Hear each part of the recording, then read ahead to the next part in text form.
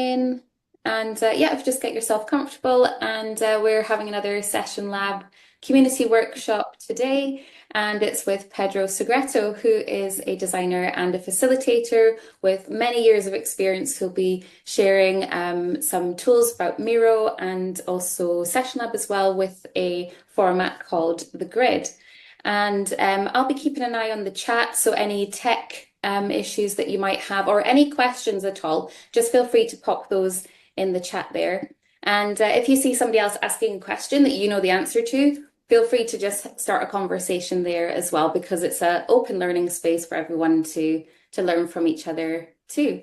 So yeah, with all that, I will pass you over to Pedro and hope you enjoy today's session. Thank you. Thank you, Karen. Thank you for the invitation to be here with you. Thank you for all the participants. My name is Pedro Segreto. I'm from Brazil, but I live in Lisbon, and I will do my best to communicate in English. Okay. I'm always a bit nervous doing like presentations in English, but let me warm up and I'll be fine. I hope so. So today, let me share my screen with you. Okay. And change a bit my setup. Just give me a minute. Thanks. Okay, so today I'm here to talk with you guys about the grid. This is just a simple technique, a simple framework that I developed to design my own facilitated process, like collaborative process, like workshops, design sprints, hackathons, and beyond. So, as I told you, my name is Pedro Segreto. I'm a designer and facilitator. And I Pedro, started we can just see everybody's faces. We can't see your grid there. That's all. No, you can't see? No, I think there's a couple of messages in the chats and that we can't quite see the You're grid. probably sharing the wrong screen. Okay, let me, okay. Maybe this share. Yeah.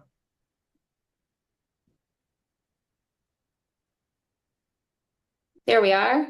We've got beyond. Here we are. Yes. Okay, rewinding. So I'm here to talk with you guys about the grid, this framework that I designed it to help me to design my collaborative process. As I told you, my name is Pedro Segreto. I'm a designer and facilitator. And after running a design studio for almost 15 years, I started a solo facilitator career in 2017. And now in 2024, I started a new company called Unbox Lab. It's a facilitation school with my wife. And through this period, I already did more than 130 collaborative process facilitations, and I designed more than 50 design thinking tools. And let me tell you a story. Okay. So in 2019, 2 years after I started my facilitator career, a big company from Brazil is called Ipiranga. This is one of the biggest oil and gas Brazilian companies. Called me and they told me, okay, we are starting here innovation hub to spread innovation throughout the company. It's a huge company, and we would like to apply design sprint as our main methodology.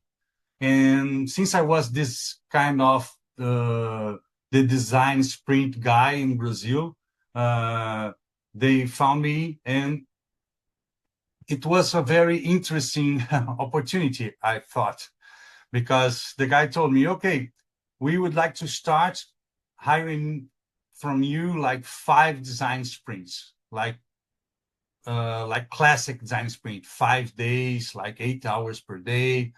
And I thought, okay, this is good, you know, a big client, get in contact with this big contract. They won a huge, just a full pack of design sprints. And so I was very happy.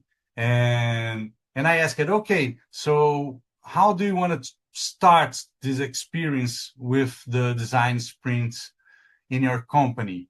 Let's start with which kind of challenge or to which area of your company. And the guy told me, oh no, we would like to do like 5 design sprints at the same time. Okay, this is a bit challenging. And I thought, okay, this will be like a hackathon. I think there will be just one challenge and 5 teams trying to solve the same problem. But the guy told me, no.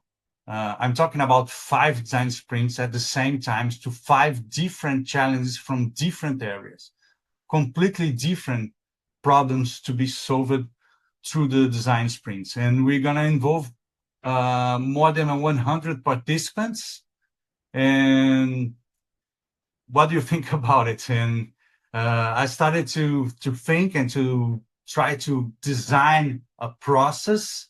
And I got into this way to do the thing is, so I designed 5 different process, but they have this checkpoints, and we were working with like 5 co-facilitators, and I was floating around trying to bond this very complex process. And so I got into this common structure to the design sprints, and I started to understand that like structure is freedom, because having this very, very well designed structure and clear structure for each co-facilitator, they had the flexibility to adjust the process to each challenging. So it was the first time that I really thought about it, that structure is not a prison, but the structure is something that gives you freedom. So I begin to study all my past facilitations. I will start to talk with a lot of facilitators to understand patterns and try to design frameworks and templates that help me to better structure my process.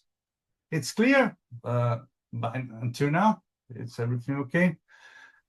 So after like 7 years practicing, learning, I got into what I call the Unbox. This is a collaboration design system. It's the output of continuous process of study and practice. I'm always practicing, and I'm always studying and try to put in practice what I am studying. So this continuous study and practice mode got me to this collaboration design system. The Unbox is a framework of frameworks. So it's a big framework from the briefing to the deliverables and how to design a process from a meeting or a simple workshop to an intergalactical hackathon or a very complex design sprint. The Unbox is a toolkit of templates, tools, and automations that I had to build to accelerate my workflow since I was this solo company guy. And the Unbox is a pattern to achieve excellent results consistently. So I always trying to give my best to the clients and to the projects and to the challenges. And to work with the biggest Brazilian companies and some global companies as Google, TikTok, and it's very difficult to to be excellent every time. So I started to design these templates and tools and automations. And the basic structure of the Unbox collaboration design system is thinking about the planning phase, the facilitating phase, and the delivery.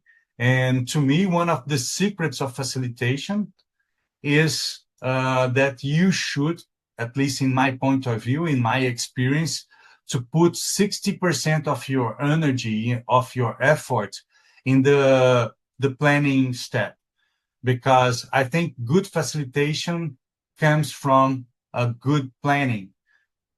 This is what gives me freedom to be flexible, to conduct the process in a good way. And this planning phase in the design system, this is a little bit more complex, but is in a simple way to see. There are two steps, from at the planning phase. The briefing, where you got, the problem, the challenges, the briefing from your clients. And to me, after the briefing, I always have a lot of ideas, lots of ideas and possibilities. I can use this methodology. I can use this tool. I can use this framework. So after the briefing phase, after the briefing step, I always have all these ideas and possibilities in front of me. And there is a second step of the planning phase, is the designing step, and I think almost the huge, okay, let me organize my thoughts. I think every facilitator has this gap have to deal with this gap between the briefing and the design. Okay, I have a lot of ideas, I understood the problem, but how to design the flow, how to design the process, a structured process to guide the participants from the point A, like a problem, to the point B, for example, a solution. So to deal with this gap, I think it's difficult for a lot of facilitators, as I could see mentoring and exchanging experience for a lot of them. So let me give you an example, a simple case. So let's see, Acme, it's a company. They gave me a briefing. So they want to rebrand their company, to update their company positioning. So this is the object of the collaborative process. And they would like to involve like 12 to 15 directors and managers of the company. And they told me, okay, we can do it we have like 3 mornings, we can do like 3 sessions of 3-4 hours to do this process, and we would like to do it remote. This is a simple case, just an example. So Acme came with this briefing, and after the briefing, if they are talking about rebranding, I start to think about a lot of possibilities. As I told you, a lot of what we can call core activities. Okay, we can do like SWOT analysis. We can do a golden circle, stakeholders map, target personas, value proposition, brand persona, identity guidelines, mood boards, communication compass. There are a lot of tools and there are a lot of frameworks that are very, very useful in a rebranding collaborative process. And we can all as well do like design and build prototypes, like key visual, brand manifesto, social media assets. All those things will be useful to a company that would like to rebrand them and would like to, through a collaborative and agile process, got into something tangible to really understand how this new personality, how this new brand persona, how this new positioning is going to be communicated, is going to be expressed through the social medias and their channels, for example.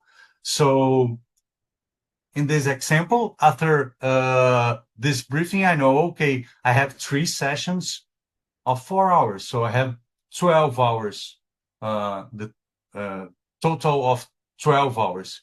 But do you think, is it enough to do all those activities, to apply all of those techniques and tools? I don't know. It's very difficult. And I think a lot of facilitators, as I told you, start to think, okay, I know all those tools, I know all those frameworks, but how can I design a flow, to help the company to rebrand them, for example, in this simple case. And usually we think, okay, time boxing is a very good technique, to control the time, to understand how each of those activities is going to be and how long they're going to take. But I think the first mistake a lot of facilitators do is to confuse like the total time of the process with the effective time that you really have in the process. So usually in 12 hours, you don't have 12 hours to apply all those techniques and tools. You have just like 70 to 75% of this time to really apply them. So if you start to design your flow, just ordering those tools, and you think, okay, I have 12 hours, maybe you're gonna struggle with problems with time. You're gonna be hushed or running through the process a lot of times. So how to apply the grid? No, not how to apply. What is the grid? Sorry. So the grid, I have this graphic design background, so I'm always thinking about structure. And in graphic design, a grid is like this two-dimensional structure of intersecting lines that helps designers to organize content and establish relations between the elements and the page. So, for example, this is I don't know if it's a real English word, but this is a gridless layout. If we'd like to put some text in a page without a grid, I don't think it looks fine. And usually designers, if they gonna like design a book or a magazine, they start to do this from a grid, establishing margins, regular space between objects. For example, here, this spaces between like an image and a text box, and the text box to the end of the page. And after getting to a good grid structure, you will be able to design different kind of pages with flexibility using the same grid, not starting from like a blank page, but okay, I have the content and I have to lay out it in a page. But so now I have the grid, so it's much easier to get in a good composition with enough space and a good relation between elements in the page. So those are examples of layouts using this grid. I can do this one like text box and image. I can do like this one, a 2-column text box. I can put an image, a big image in a page. So a grid is a very useful thing to organize content. And it's rather than, prison me in this structure, it gives me freedom to lay out in a structured way. I can lay out all of my elements without losing, identity through all the book, for example. Is it clear until now? So if we have like a graphic design grid that we are shaping space, in a collaboration design, I think what we are shaping, the mass that we are molding, is time. So I start to think, okay, I can do like a time grid to help me design more structured and consistent process. How can we do this? Let's do it like step by step. The first thing that I do is to define the number and duration of the sessions. So in my Acme case, we have this 3 sessions with 4 hours each, and 12 hours of total time.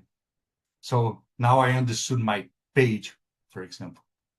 I'm going to show you a very practical example using SessioNlab in a moment. The second step is list and order all the recurring activities that you do throughout the process.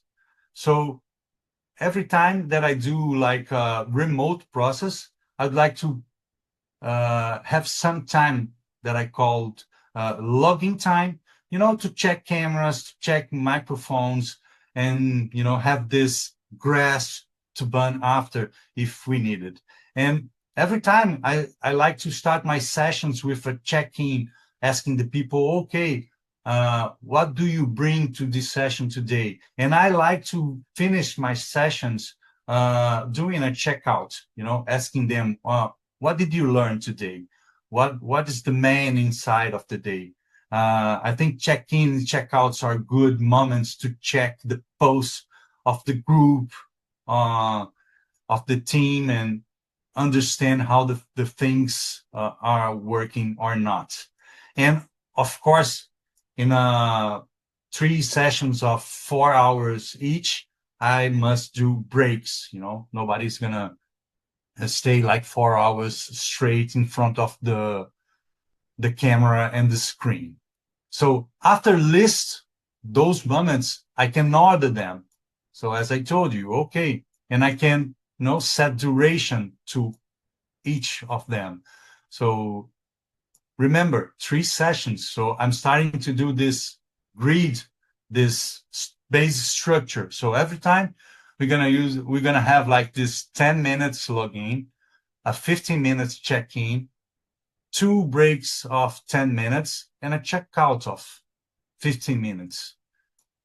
And the third step is calculate the effective time of the session and divide it into 2 slots to put the core activities.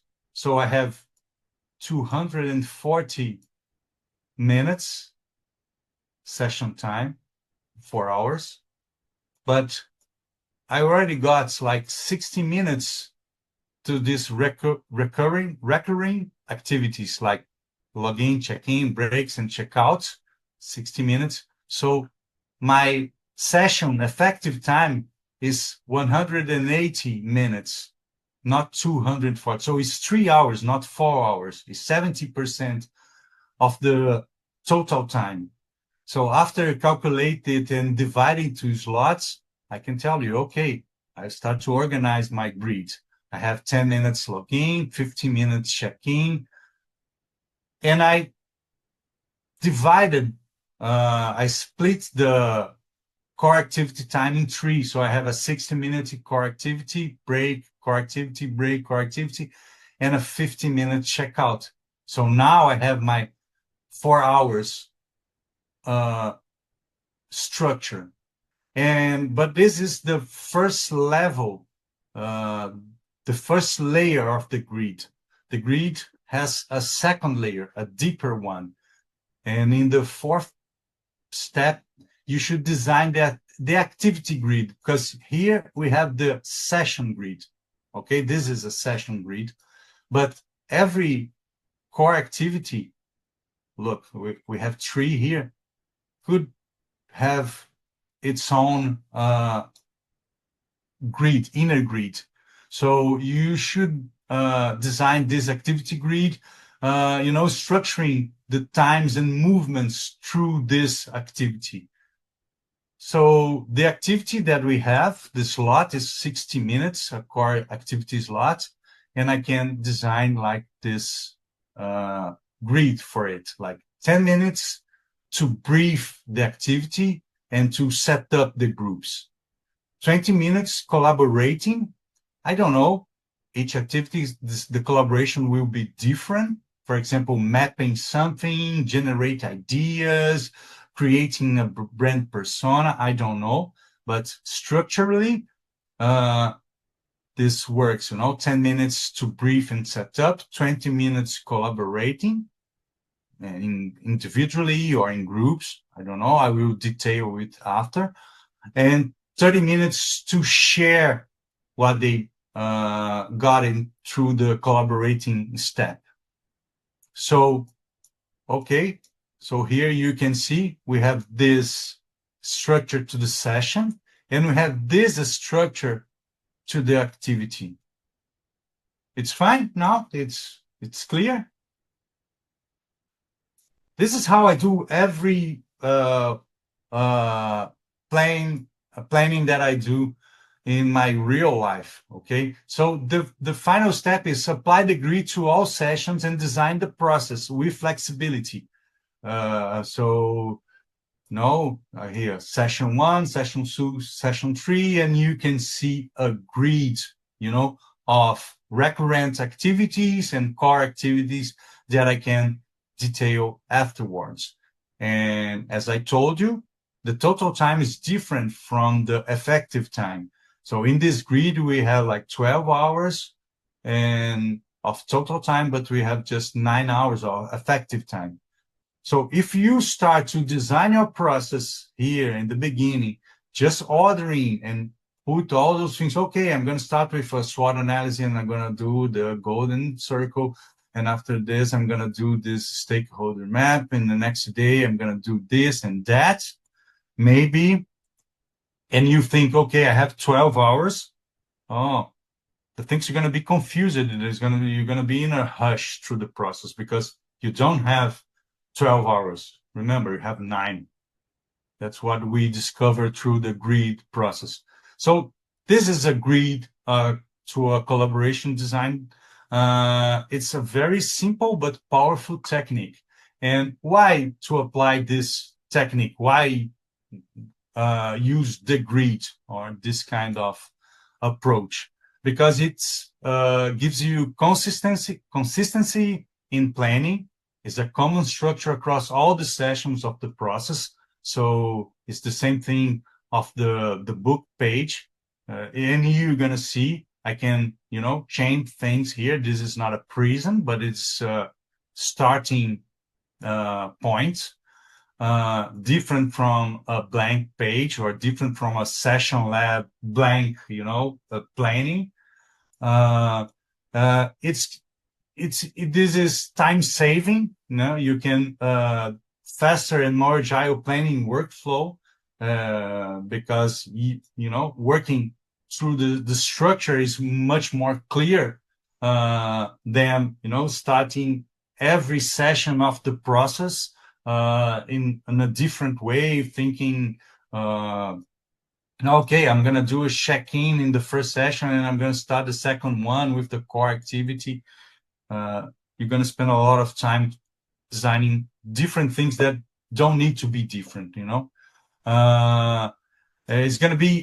you're going to find an efficient time usage because you're going to have the better control of effective time versus total time, as I showed you.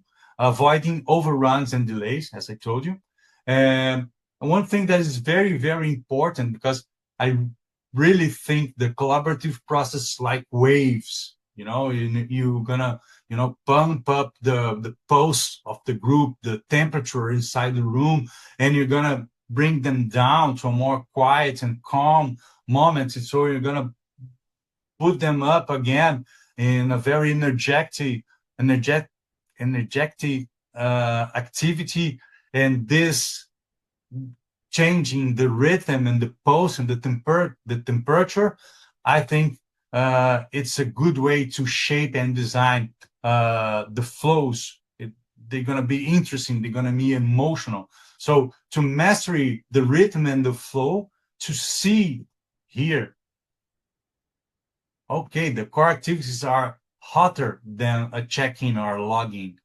The logins are very quiet, and so you can see the temperature of your planned session. You're gonna have this structure flexibility, because flexibility is to make adjustments while maintaining a solid foundation. So, okay, I can change these activities, this first core activity to 90 minutes if I need, but I need that I have to change another one to 30 because I spend like 30 minutes, have more conscious about the structure and how to deal with flexibility.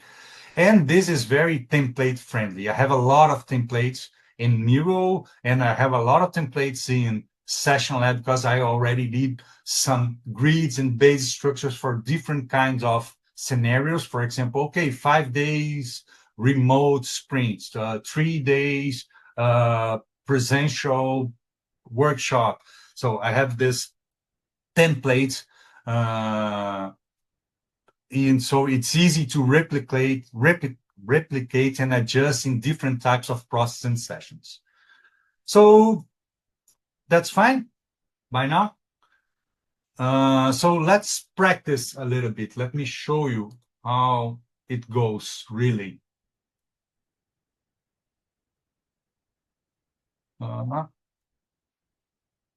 As you can see, this is a SessioNlab session that I already started, but it is a blank one. So, okay, we have like 12 to 15 participants. This is a remote process. We have like 3 sessions of 4 hours, and I don't know the effective time until now. And I will start designing a grid. So let's do it. Log in, 10 minutes. Block check-in. I use the categories to see the temperature. So they are talking here 15 minutes. At the block, okay, I know I will have a checkout at the end. More. Oh, okay, Pedro. How do you know that 15 minutes is enough for a checkout? Because I have 12 to 15 participants, so 1 minute for each one. I think it's fine. And of course, I know it by, experience. And to 4 hours, we can have 2 breaks in a remote process, at least how I do. 2 breaks of, okay, sorry. Nope, duplicate. So 1 hour. This is the first part of the grid. Remember the recurrent activities. And so I have 3 hours to core activities, and I can create like activity. Okay, 6 minutes. And remember the second layer of the grid. 10 minutes to, oh, where is it? 10 minutes to briefing the participants and set up the groups. 20 minutes collaborating and 30 minutes sharing. That's fine. And I can duplicate it. Oh, what's going on? Oh, there is a bug. Okay, sorry. Perfect. So I can duplicate it here and duplicate it. Okay, fine. 4 hours grid. And what I do after that, I create a template. I create another day. This one is the grid. And this one is session. No, this one I'm going to throw it out. But so I'm going to duplicate the grid, duplicate day. And I can delete this day. This one is session 1. And I can duplicate it. Where is it? Duplicate it. Session 2. And I can duplicate again in session 3.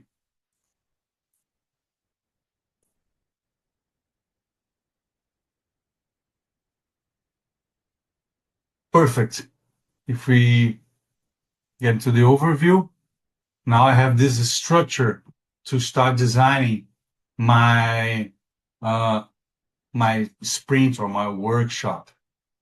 And if I came here, session 1, for example, okay, but on the first session, I would like to start, okay, I'm here like this cooking shows that I already have something in the oven already done. So for the first day, I don't want to start like this. I'd like to do this like welcome activity.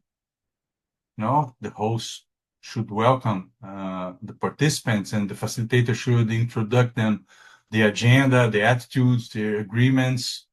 And so 4 hours and 15. And I would like to put like more a talk, a presentation.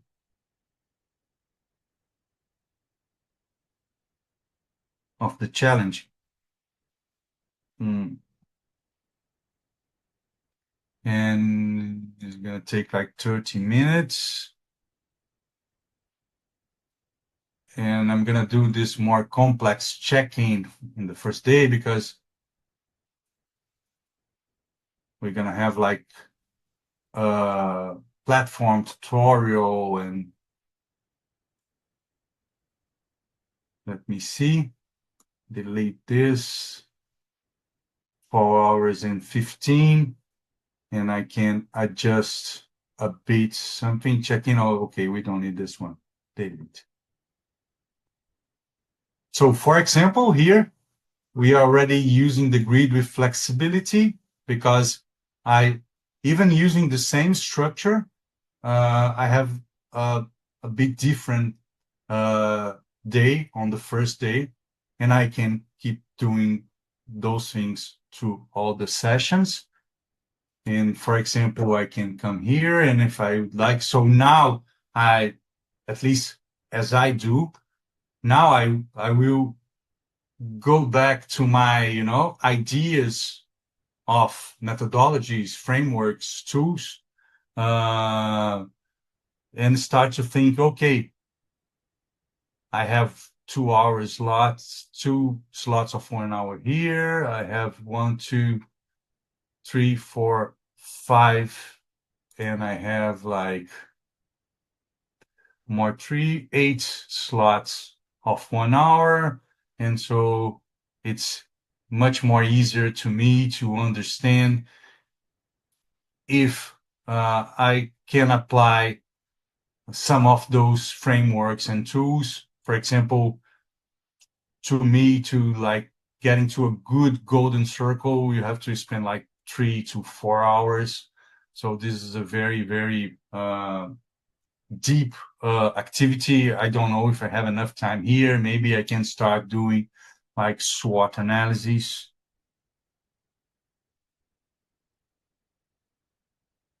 And I can start to, SWOT. And I can start to tuning. Okay, this is going to be like 3 groups. And I can tune the times and movements inside as well. But to me, much more easier to begin designing my process, starting with the grid, getting to a structure for the same structure for all the sessions, and after this, start to put the core activities in place. Is this fine? So let me get back here. If you want to try a gridded session, you can get this SessioNlab template. It's just almost what we did now. It's a grid and 3 days with the same structure, but you can use it, or you can use it to remember. And I would like to, we have like more 15 minutes. I would like to know if you have any doubts, if I can clear something. There's any question?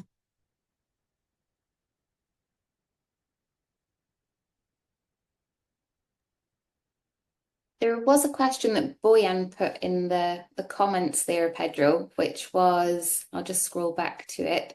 Are the timings for each time slots based on any kind of research or best practice? Oh, yeah, the timing in this example, this case of Acme case, I just start with the briefing. The client told me, okay, we have 3 sessions of 4 hours maximum, and since I got into this 1 hour recurring activities, I know that I have 3 hours, and I just split them in 3, just mathematically, because I know I can be flexible. When I will be designing the session, I start from the structure, but I'm not stuck into the structure. So if I need to do like 2 activities of 1 hour and a half, I will do this after. And as I told you, well, how can I know that 15 minutes is enough to a check-in, or 10, 20, and 30 minutes, it's a good structure to an hour activity? By experience. But you can start from this and tune it by your experience, tune it by the needs of your process, your real scenario. Luis, do you want to?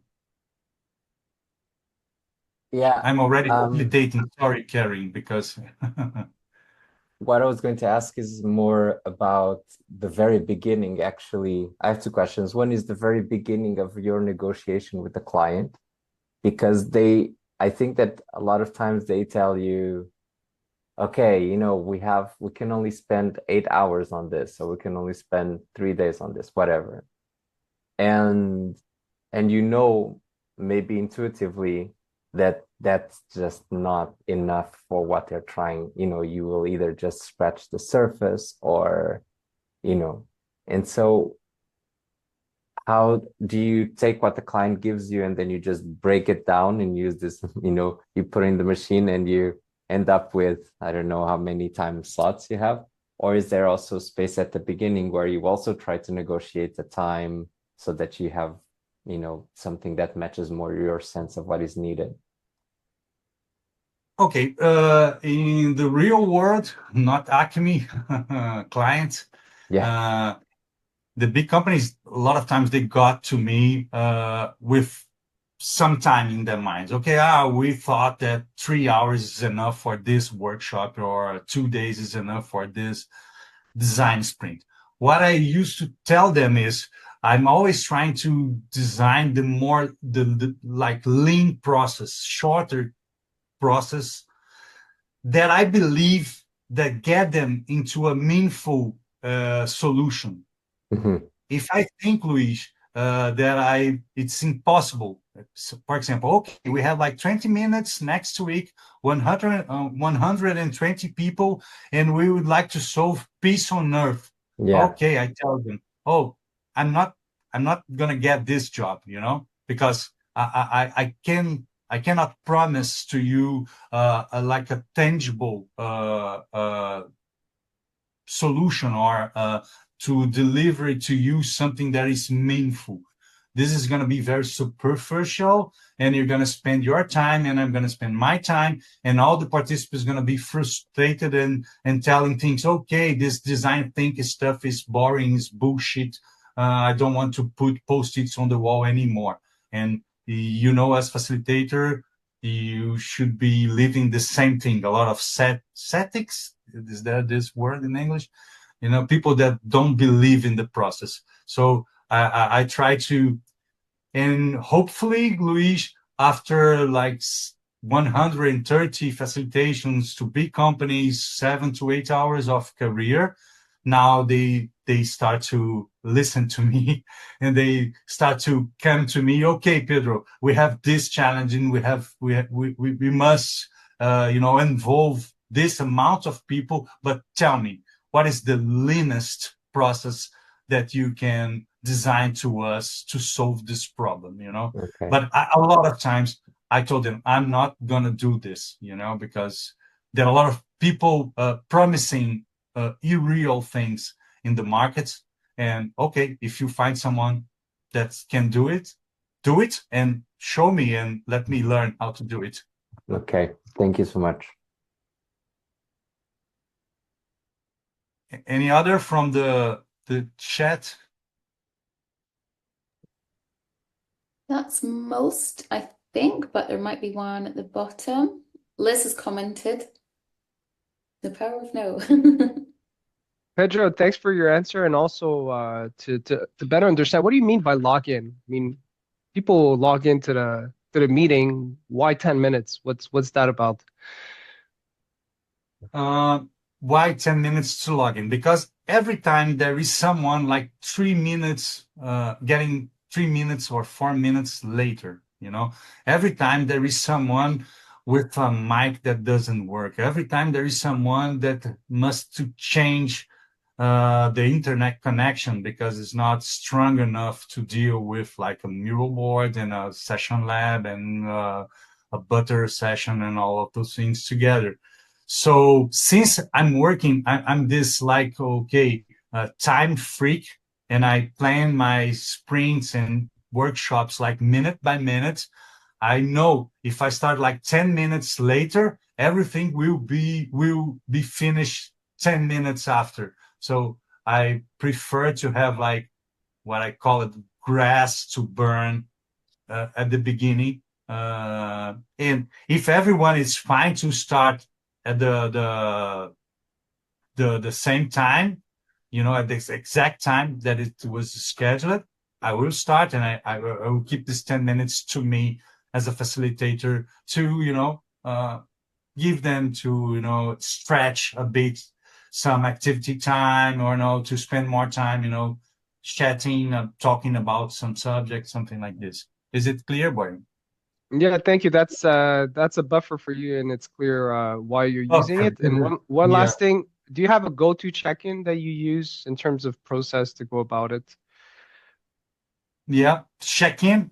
I I used to do the same question over and over again. Okay, what do you bring to this session today? How do you came to this session today? But it's boring, 5 days, 5 days design sprint, in the third day, the same question is boring. So what I do, to me, to check in is, I think about a question and I do this round of answers, I give to each one some time to answer the question. So to me, the checking dynamic is just ask something and listen everyone. Because a lot of times, if you are dealing with big groups, you will split them in breakout rooms through the process. So a lot of times the check-in and the checkout is the only time that they are listening everybody, at the same time. So what I do today, I think about a good question. Okay, for the first day. Oh, what are your expectations for this process? I think this is a good first question because we align expectations, and I understand, okay, there is someone caring, is expecting something very different that we are going to be doing here. So I must align it with her because there is someone that is not understanding the purpose of the process. And for the next days, for the next sessions, I think about a good question to start the day, So in between, in the middle of the first to the second day, I think about a powerful question that I think that could spark some ideas and some understandings, common understandings in the checkout. So I think day by day which question is good for this group, since they come from that day and they're going to start these activities. So that's it. Thank you, Pedro. Okay, you're welcome. Any other one? Liz has one if you want to come off mute, Liz. Thanks.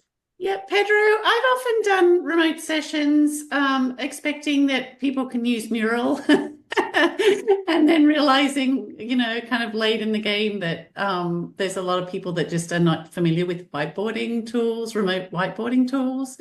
Is that something you've dealt with, and what have you done in that situation? Oh, Liz, I started to use Miro by myself a long time ago. It was like real-time board. And after the pandemic, I have to move to this digital environment. And so I start to use Miro in every workshop or design sprint. And nowadays, even in the presential process, I use Miro a lot of times because and you can use Mural or FigJam or I'm just talking about it like a digital whiteboard because okay, a lot of post-its on the wall. It's it's fun and have this. The people like to see the walls covered with post-its, but it's very difficult to documentate, to register, to to grab the information from the walls. So I'm using Miro even in presential processes. What I did, I thought a lot, and I experimented a lot of ways to teach people how to use Miro in a short time. So nowadays, I spend like 5 minutes to teach all the participants how they should use Miro through the process, because they just need very, very basic things, how to copy a sticky notes, how to duplicate something, double click to write. That's fine. And I design very, very, I think so, well preparated in Miro boards. There's always a sticky note in the right place to the right activity. So that's how I deal with Miro. Great, thank you.